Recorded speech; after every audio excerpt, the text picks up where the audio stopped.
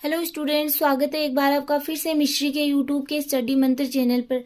आज हम जो पॉपुलेशन का टॉपिक हमारे चल रहा था उसी को हम कंटिन्यू करने वाले हो और आज हम इस टॉपिक को कंप्लीट कर लेंगे। तो सबसे पहले हम लोग डिफरेंस नोट डाउन करेंगे between population and community.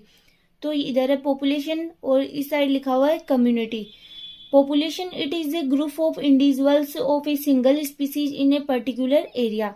Population है वो इंडिविजुअल्स का ग्रुप होता है, लेकिन उसमें क्या होती है, सिंगल स्पीसीज होती है, मतलब सिमिलर सेम स्पीसीज का ग्रुप होता है। It is group of individual of different species in an area.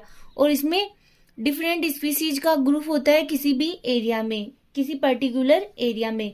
Population are morphologically and behaviourally similar, but community में क्या होता है, मोर्फोलॉजिकल और बिहेवियर, इनके बिहेवियर में क्या होता है, डिफरेंट होता है। क्योंकि जब डिफरेंट स्पीसीज का ग्रुप होता है तो इनमें जो इनके मोर्फोलॉजिकली और बिहेवियर दोनों में ही डिफरेंट पाया जाएगा, इनमें दोनों में ही डिफरेंशिएशन पाया जाएगा।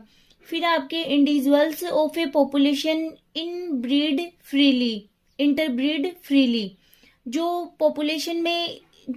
पॉपुलेशन होती है उसमें क्या होता है कि जो इंडिविजुअल्स होते हैं वो फ्रीली इंटरब्रीड कर सकते हैं।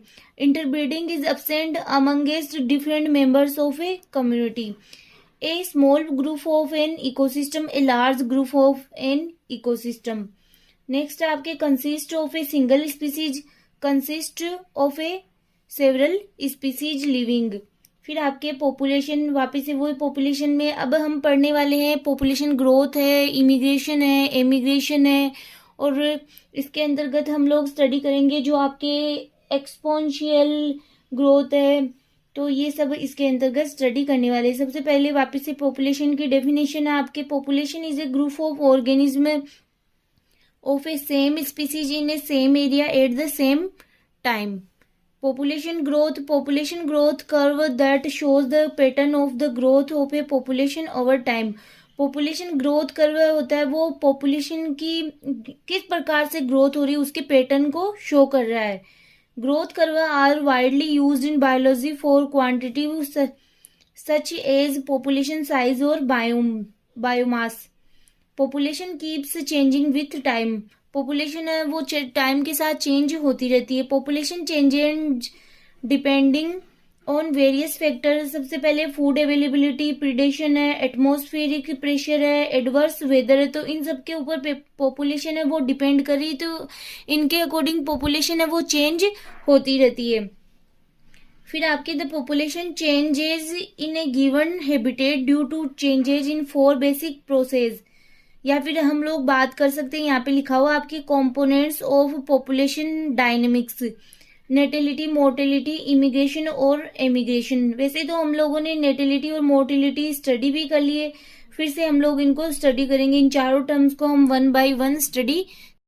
नेक्स्ट आपके natality and immigration increase population density. Natality और इमिग्रेशन डेंसिटी को क्या कर रही है, इंक्रीज कर रही है। Mortality and emigration decrease population density. सबसे पहले आपके natality refers to the birth of individuals in the population during a given period. फिर वापस से वही आपके रियलाइज्ड नेटिलिटी, इसे भी हम लोगों ने, इन सारी टर्म को हमने स्टडी कर लिया था। सिर्फ आपके इमिग्रेशन और एमिग्रेशन ये 2 ही न्यू टर्म है, तो हम इन्हें ही स्टडी करेंगे, इमिग्रेशन और immigration। Immigration is the number of individuals of the same species that have come into the habitat from elsewhere during the time period। Immigration का मीनिंग होता है जिसे कहा जाता है अप्रवासन, मतलब किसी देश में स्थायी रूप से रहने के लिए जाने की क्रिया, ठीक है, क्या कहलाती है, इमिग्रेशन। या फिर जैसे कि उदाहरण के लिए जो व्यक्ति किसी अन्य देश से, जैसे कि यूएसए में आता है, ठीक है, तो वह क्या कहलाता है, अप्रवासी कहलाता है। कि किसी अन्य देश से आ रहा है तो उसे कहा जाता है अप्रवासन या इमिग्रेशन। एमिग्रेशन इज द, इसके अपोजिट क्या हो जाएगा, emigration. Emigration is the number of individuals of the population who left habitat and gone elsewhere during the time period. एक देश को छोड़कर दूसरे देश में स्थायी रूप से जाने की क्रिया या रहने की क्रिया क्या कहलाता है? प्रवासी। उदाहरण के लिए जो व्यक्ति मान लो किसी एक देश से दूसरे देश के लिए जाता है, वह क्या उस देश के लिए प्रवासी है। नेक्स्ट, तो इमिग्रेशन तो क्या कर रहा है? पॉपुलेशन को इंक्रीज कर रहा है। तो हमने यहाँ पे पढ़ा भी है कि इमिग्रेशन पॉपुलेशन को इंक्रीज कर रहा है, और बट इमिग्रेशन क्या है? डिक्रीज कर रहा है। तो यहाँ पे नेगेटिव निशान इसीलिए दे रखा है क्योंकि ये डिक्रीज कर रहा है। जैसे मोर्टेलिटी के कारण क्या हो रही है? पॉपुलेशन डिक्रीज हो रही है, और नेटेलिटी से पॉपुलेशन डेंसिटी इंक्रीज हो रही है। तो ये दोनों पॉपुलेशन इंक्रीज करने की श्रेणी में आ जाते हैं, और इनके कारण पॉपुलेशन घट रही है।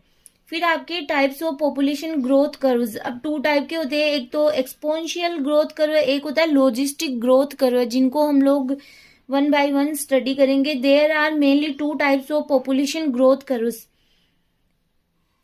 एक्सपोनेंशियल ग्रोथ कर्व जिसे जे शेप्ड कर्व भी कहा जाता है, लॉजिस्टिक ग्रोथ कर्व या फिर sigmoid growth curve, S shaped growth curve. सबसे पहले आपके एक्सपोनेंशियल ग्रोथ कर्व, यहाँ पे GROWTH growth curve. Resources, food and space is essential for the growth of population, कि फूड है, स्पेस है, ये सब पॉपुलेशन की ग्रोथ के लिए आवश्यक होते हैं। When resources in the habitat are unlimited, तो ग्रोथ भी अनलिमिटेड होती है। जब रिसोर्सेज किसी भी आवास में अनलिमिटेड है तो ग्रोथ भी क्या होगी? अनलिमिटेड ही। It is also known as geometric growth, कि अगर हम लोग एक्सपोनेंशियल ग्रोथ की बात करें तो इसमें जे शेप्ड का कर्व बनता है, क्योंकि हम लोग बोल रहे हैं कि यहाँ पे क्या है? अनलिमिटेड रिसोर्सेज है, तो अनलिमिटेड ही ग्रोथ होगी। तो कर्व कैसा होगा? जे शेप्ड का कर्व होगा।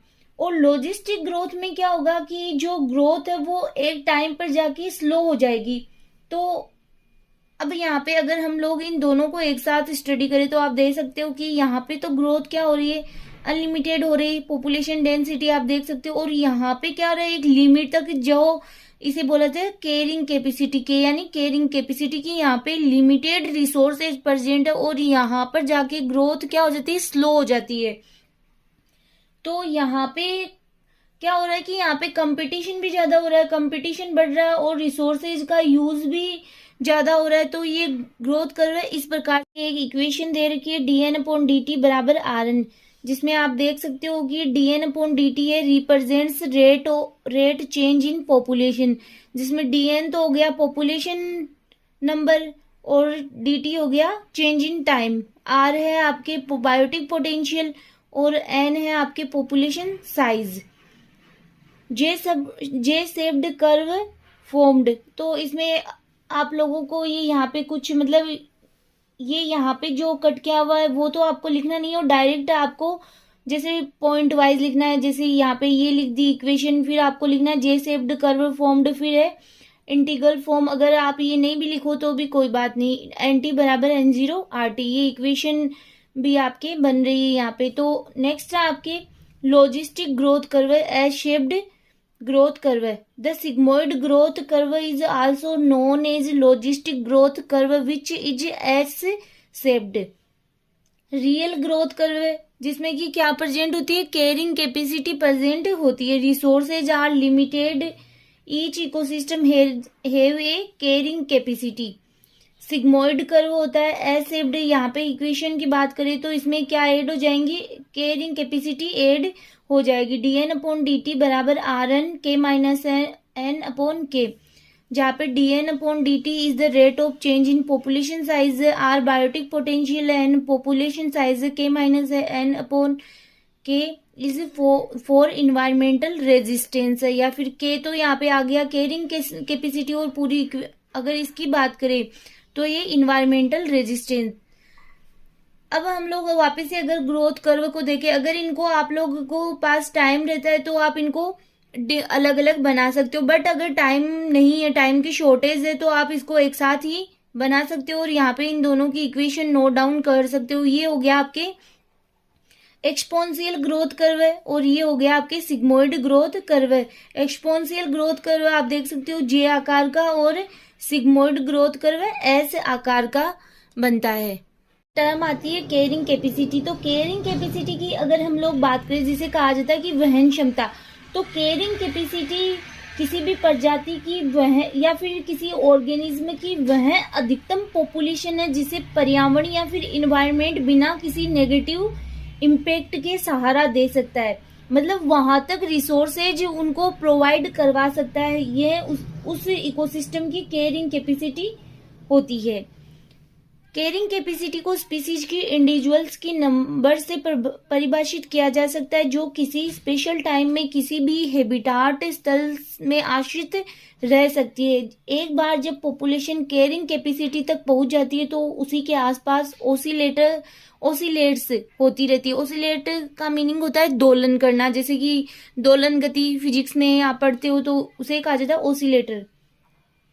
कैरिंग कैपेसिटी को स्पीसीज की उस मैक्सिमम संख्या के रूप में डिफाइन किया जा सकता है जिसकी कैरिंग किसी भी इकोसिस्टम द्वारा की जा सकती है। मतलब कैरिंग कैपेसिटी, केयर करना, वह अधिकतम पॉपुलेशन जहां तक वो इन्वायरमेंट मतलब किसी भी नेगेटिव इम्पैक्ट के उसको सहारा दे सकते हैं या फिर रिसोर्सेज प्रोवाइड करवा सकते हैं, इसे ही कहा जाता है carrying capacity. The carrying capacity is defined as the environmental maximum load. The species population size is limited by environmental factors like food, shelter, water and mates etc.